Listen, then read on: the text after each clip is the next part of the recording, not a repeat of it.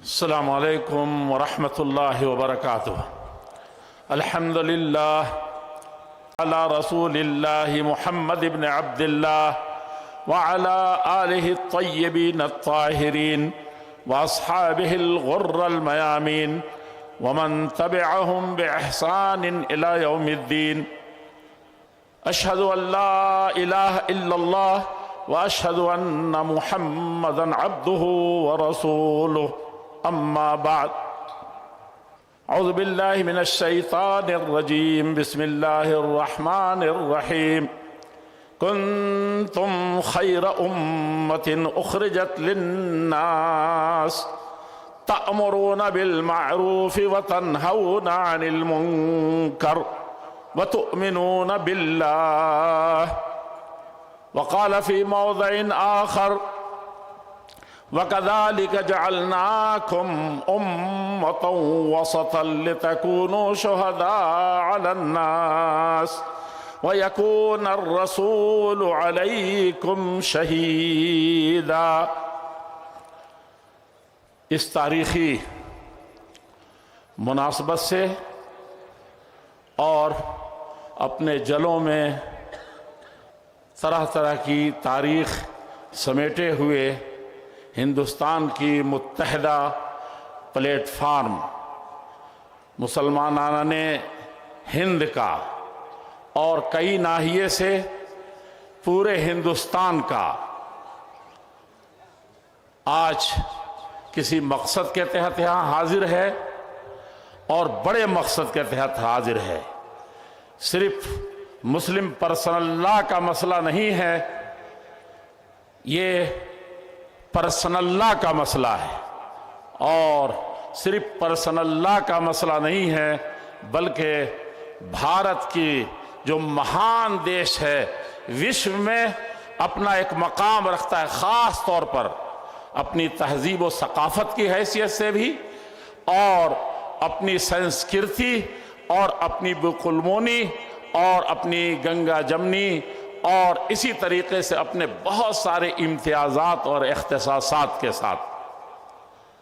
میں اس موقع سے مسلم پرسنل لا بورڈ کے تمام ذمہ داروں کا، خاص طور پر قیادت کر رہے اور بڑے حزم و جزم و یقین و صبر اور حکمت کے ساتھ کر رہے صدر عالی مقام محترم مولانا خالد سیف اللہ رحمانی حفظہ اللہ و تولا کو یقین دلانا چاہتے ہیں اور ان کو مبارکباد دینا چاہتے ہیں، ان کا شکریہ ادا کرنا چاہتے ہیں جنہوں نے آپ کو یہ زحمت دی ہے اور آپ نے ایک آواز پر یہاں لبیک کہہ کر کے اس دیش کی خاطر، شریعت کی خاطر، اسلام کے خاطر، اور سب سے بڑی چیز یہ ہے کہ انسانیت کی خاطر آپ کشا کشا یہاں آ گئے ہیں۔ میں اہل بنگلور کا بھی بہت دل کے گہرائیوں سے ممنون ہوں۔ ہمارے والنٹیئر راستے میں ہم نے دیکھا کہ کس طریقے سے وہ دن ہی سے پورے طور پر لگے ہوئے ہیں، لیکن یہاں کی انتظامیہ بھی اور یہاں کے ہر طرح کے لوگ۔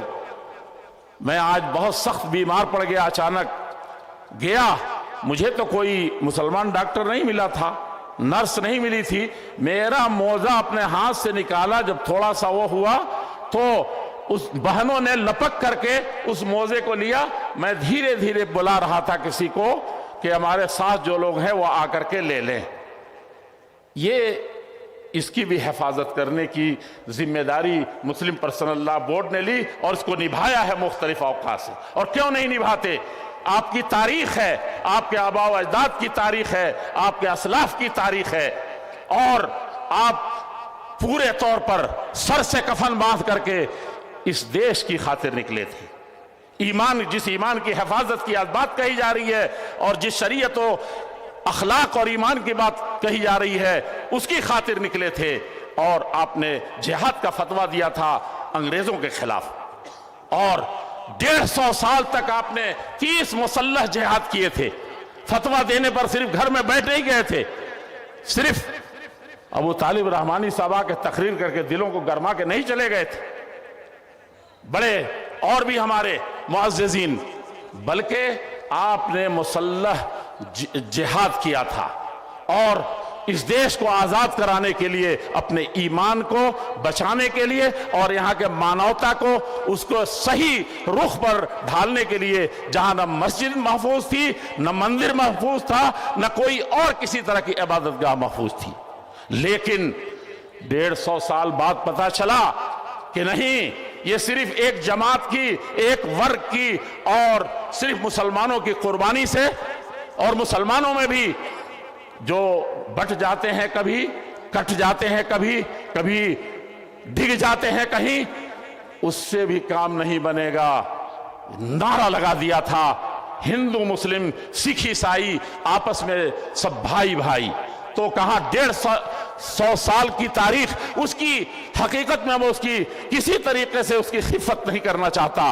अगर आपको कि दिल में कहीं से वसवसा पैदा हो तो मैं कहना चाहता हूं कि उसी तारीख की तरफ इशारा करके, नहीं, बबांगे दोहल कहा था पंडित जवाहरलाल नेहरू ने, जिसे अली मियां नदवी, दुनिया की एक बड़ी शख्सियत ने अपनी किताब में लिखा था, लवज़ाना तज़हियात अहलिल हिंद कुल्लिहिम फी किफ़्फ़त मीज़ान व तज़हियात अहले सादिक़फूर फी किफ़्फ़त मीज़ान उख़रा लरजहत किफ़्फ़त अहले सादिक़फूर। सारे हिंदुस्तानियों, मुत्तहिदा हिंदुस्तान की, उसमें जावा समात्रा भी था, ये लंका भी किसी न किसी हैसियत से आता था, और ये पूरा खित्ता जो मुत्तहिद अखंड भारत कहलाता था।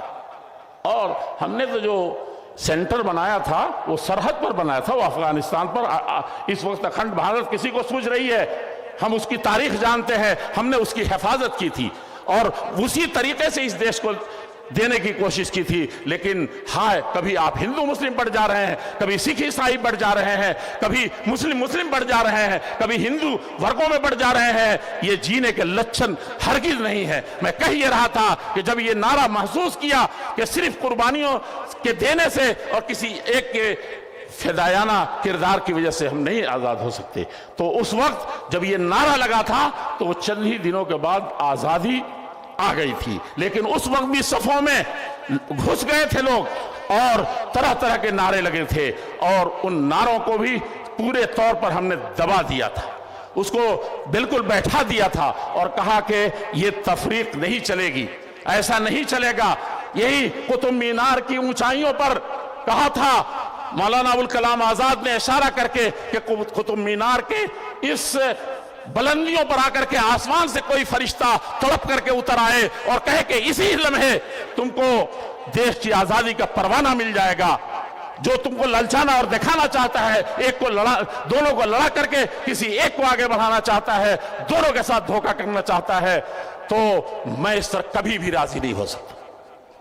ये मैं कोई तकरीर नहीं कर रहा हूं, हालात के रुख को नहीं, बल्कि उसके अंजाम की तरफ जिस तेजी से हलाकत की तरफ बढ़ रहे हैं हम, हमारा मुल्क बढ़ रहा है और हमारी संस्कृति खराब हो रही है, और खूनों में जो एक ही रग हमारे ईमान और अकीदे के मुताबिक दौड़ रहा है। सिर्फ पर्सनल लॉ का मसला नहीं है, हमको ईमान की सबसे बड़ी खबर लेनी है, अकीदे की सबसे बड़ी खबर लेनी है, और खलक़कुम मिन नफ्सिन वाहिदा, इसको पढ़ना है। मौलाना अबुल कलाम आज़ाद जो वक्त का इस्कंदर आज़म था, गर्चे वो अपने पुरखों को इस्कंदर आज़म कहता था, उसने कहा कि इस तरह करके और यकीन दिला दे फरिश्ता भी कि आज़ादी का परवाना तुमको मिलने वाला है, लेकिन हिंदू मुस्लिम की तफरीक हो जाएगी, इस बुनियाद पर देंगे। तो कहा कि मुझे ये नहीं चाहिए, मैं इस तरह की तफरीक को नहीं बर्दाश्त कर सकता। और कैबिनेट प्लान में जाने से पहले गांधी जी से सबसे पहले उन्होंने ये इकरार करा लिया था, ये साफ साफ कहा था कि मुझे लगता है कि आज की बैठक में किसी तरह से कुछ हो ना जाए। बड़े मुहिम को सर करने जा रहे थे, लेकिन पंडित जी ने, गांधी जी ने कहा था कि हमारी लाश से गुजर करके इस देश का बंटवारा होगा या हिंदू मुस्लिम के नाम पर किसी तरह का नारा होगा। तो उस यकीन दहानी के बाद गए थे, लेकिन शाम को ये बूढ़ा अज़्म जवान का कभी भी उसकी जिंदगी पर पलमुद्दगी नहीं देखी गई। कांग्रेस की, कांग्रेस नहीं कहिए हिंदुस्तानियों की, कांग्रेस कहने से इस वक्त बड़ा कंफ्यूज हो रहा है। उस वक्त हिंदुस्तानियों की नुमाइंदगी करने वाली जो कांग्रेस थी, उसमें वो पूरे तौर पर इंसान कठिन हालात में उसकी सदारत कबूल की थी, कठिन हालात में वही सदारत کا बोझ उठाते थे और जेलों में किस तरीके से जाते थे, उस वक्त भी उसके चेहरे पर कभी पजमुर्दगी नहीं हुई। आप ईमान के रखवाले बने हैं, मुस्लिम पर्सन अल्लाह के दीवाने बने हैं। आप पूछिए किस तरीके से उसकी वैसी वफादार बीवियां आज नहीं मिल सकती, और तलाक के और निकाह के जो हजार मसले खड़े हो रहे हैं, ये जवानों अपने असलाफ से सीखने की जरूरत है। कुरान और हदीस तो है ही, और उस पर मरना है, उस पर जीना है, लेकिन उस पर अमल करने का। अबुल कलाम आजाद को देखो कि इस देश की खातिर वो परवाना मिला हुआ कि जेल से इयादत कर सकते हैं, ये नहीं किया था। यही पैगाम हमारे उलमा दे रहे थे आपको। यहाँ सफ़ों में किसी तरीके से कजी नहीं है इंशाअल्लाह, यहाँ किसी तरीके से दिलों में कोई रैब व शक और तसल्जुल नहीं है। यहाँ सपात कदमी है और पूरे जोश के साथ है, पूरे होश और हिकमत के साथ है। उसको दिलों में उतारने की जरूरत है। वो मौलाना आज़ाद उस दिन, जिस दिन बंटवारे पर गांधी जी ने और सबों ने साथ कर दिया, शाम को भूखा प्यासा ये बूढ़ा दिन भर में टक्कर लेता हुआ अंग्रेजों के आंखों में आंखें डाल करके, और नो के पलट बकौल जो पंडित जवाहरलाल नेहरू, जो खुद एक बड़ा दिमाग था, कहा कि वो जहां नुक्ता रख देते थे कि ये जुमला इस तरीके से नहीं, ये टोन इस तरह से नहीं, किसी की मजाल नहीं होती थी, सब कहते थे कि यही दिल की बात है। उस दिन वो सीधे गांधी जी के पास गया। उस दिन सबसे ज्यादा मुरझाया हुआ, सबसे ज्यादा बुझा हुआ, और सबसे ज्यादा लगता था कि उसके सीने को, इस भारत के धरती को नहीं बांटा गया है, उसके सीने को शक कर दिया गया। ये कौन सिखाएगा, कौन बताएगा, कौन जाएगा?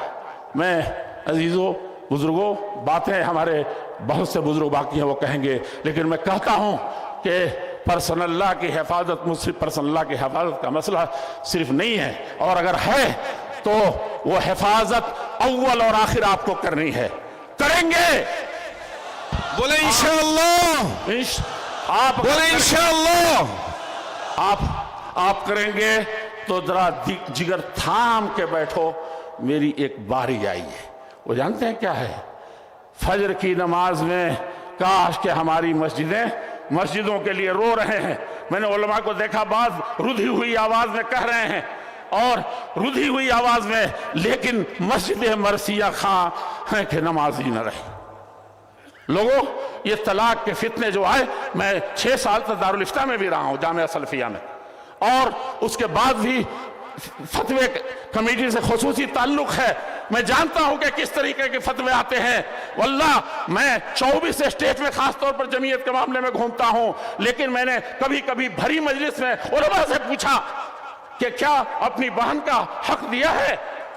नहीं दिया, अदा किया गया है। बड़े बड़े उलमा, बड़े बड़े सूबों में, दिल्ली के चंद घराने हैं, उनको मैं जानता हूं। ये जिक्र करने का नहीं है, इसकी हिफाजत की मुस्लिम पर्सनल लॉ और उससे पहले ईमानियात की, अकायद की, जिसमें हम इस कदर लापरवाह हुए हैं कि एक किसी गैर मुस्लिम भाई को देखते हैं कि वो भी काला बाजारी कर रहा है, वो भी जहेज निकाह और तलाक और रस्म रवाज में फंसा हुआ है। आपके नबी ने कहा था फलैसा मिन्नी, एक जगह और कहा था बाजार के मासले में मन गश्शना फलैसा मिन्ना। कहां कहां कहा था? ये तो सीधे आपके ईमान पर अटैक है, ये तो सीधे आपके अंदर से दहल जाने वाली बात है। वैसा बनिए जब वो ज़लज़ले जिनसे शहनशाहों के दरबारों में थे, कैसर को साफ साफ कहना पड़ा था, और आदा अदुल मुस्लिमीन, सबसे बड़े दुश्मन को उस वक्त अबू सुफियान थे, उनको कहना पड़ा था कि नहीं, ऐसा नहीं होता, ऐसा होता है। और क्या ऐसा होता है? कोई पलट जाता है, दिन से डिग जाता है। कहा कि सबसे कमजोर हैं, माली एतबार से कमजोर हैं, नेगरू एस्लेव हैं, लेकिन वो क्या है? वह बदलते नहीं है। वह इन हुर्रिक़्ता व इन कुतिलता। और उसके बाद साद किया था उस नसरानी ने, जिसके दीन के बकाया दीन की खूबियां मौजूद थी तो इंजील की, उसने कहा वकज़ालिकल ईमान व इज़ा वक़अ फ़िल क़ल्ब। पर ये बुखारी शरीफ। मैं बात खत्म करने से पहले ये कहना चाहता हूं कि आपका जोश जुनून और आपका हौसला ये एक सेकंड के लिए भी पस्त नहीं होना चाहिए, लेकिन होश और हिकमत जो आपका तुर्रे इम्तियाज था। बड़े बड़े चीजें आई, हमने देखा था, अल्लाह के नबी कहने पर मजबूर हुए थे, कान्नहु मिस्ल हर्ब, देखो ये लगता है कि आग लगा देगा। वहां पर आपने किस तरह से मजलूम था, कैसा था? आप जज्बातियत के शिकार न हो। कौम آپ کی حکمت و دانائی اور آپ کے خیر امت، وسط امت، بہترین امت، انسانیت کے لیے زندہ رہنے والی، پیدا کی جانے والی امت کی اگر آپ کے لیے سب سرٹیفکیٹ قرآن میں موجود ہے، نبی کی طرف سے موجود ہے، تو اس پر مختلف ہیجانی کیفیتیں پیدا کر کے اور مختلف ذریعے سے اس کو لانا چاہتے ہیں اور یہ دکھانا چاہتے ہیں، اور نہیں ہوتا ہے تو دہشت گرد پیدا کیے جاتے ہیں اور داعش پیدا کیا جاتا ہے، اور عالمی سطح پر جب کچھ نہیں ملتا تو ورلڈ ٹریڈ سینٹر پر خود حملہ کر کے اور سارے عالم اسلام کو، ساری انسانیت کو تہو نشر کرنے کی یہ سازش کی جاتی ہے۔ اس کو بھی آپ کو ہر قدم پر بہت قائدین سے جٹے رہیں گے، انشاءاللہ ان سب جھنجھٹوں میں نہیں پڑیں گے۔ اللہ رب العزت الجلال بہت سی چیزیں کہنی تھی، اور آپ کے لیے میں کہہ رہا ہوں، مٹنا ہوتا تو دار ارقم میں مٹ گئے ہوتے، جو سب سے ننگی تلوار اور سب سے اونچی لبکتی ہوئی تلوار اور سب سے قوی تلوار مکے کے اندر عمر رضی اللہ عنہ کے ہاتھ سے اٹھی تھی، نہیں مٹی۔ مٹنا ہوتا تو بدر میں مٹ چکے ہوتے، حنین کے میں شکار ہو چکے ہوتے، احد میں کس طریقے سے پاؤں کھڑ رہے تھے وہاں ہم چلے گئے ہوتے، حطین میں ہم ہو گئے ہوتے، اور تبوک میں چلے گئے ہوتے۔ تاریخ ہماری بھری پڑی ہے، حالات آتے ہیں چلے جاتے ہیں، لیکن مومن اصلها ثابت وفرعها فی السماء کی سما پیش کرتا ہے۔ میں نے بہت سما خراشی کر دی، میں آپ سے اپنی ذات سے اور سب سے بڑی چیز ہے اللہ جل شانہ سے مدد طلب کرتے ہوئے، اور اسی کے قوت، اسی کی عزت اور غلبے پر، اور اپنی حکمت و تدبیر پر، اور اپنے ملک اور اس کی سنسکرتی، اور اکثریت آج بھی بھاری تعداد میں جو نہیں چاہتی اس زمین میں کسی طریقے کے، سب کا پرسنل اللہ بہت محبوب ہے اس کو۔ کاش کے بہت سارے لوگوں کے زندگی میں ایسا آیا تھا، ایک دور آیا تھا کہ ایک اسی طرح کا مسئلہ پرسنل اللہ اسی آس پاس بنا تھا، وہ شعبانو کیس والے میں کہہ دیا تھا اس وقت حکمران نے کہ ہم اس کو گرچہ عدالت نے کیا ہے، سمجھنے میں غلطی ہو سکتی ہے حالات کی، لیکن ہمارے ملک کی جو سنسکرتی ہے اور جو آزادی دیتی ہے اس کو ملغا قرار دیا تھا۔ کاش کہ ہمارے حکمرانوں کو بھی یہ چیز سمجھ میں آتی، اور سب سے بڑا فلسفہ انسانیت، جو کرسی مل جائے تو ادنا کھوٹ بھی حکومتوں کو برباد کر دیتی ہے، گھروں کو برباد کر دیتی ہے۔ گھر کا مالک ہی جب ڈواڈول ہو جاتا ہے، اس کے ایمان میں ذرہ برابر تزلزل پیدا ہو جاتا ہے، تو پھر نہ کہرا منزلت ماند نہ مہرا۔ اور شکریہ ہے آپ تمام لوگوں کا، اور میں کیا شکریہ ادا کروں، آپ سب مل کے اللہ کا شکریہ ادا کریں۔ منت منہ کہ خدمت سلطان ہمیں کنی، منت ازو شناش کے بخدمت بداشتت۔ والسلام علیکم ورحمۃ اللہ وبرکاتہ۔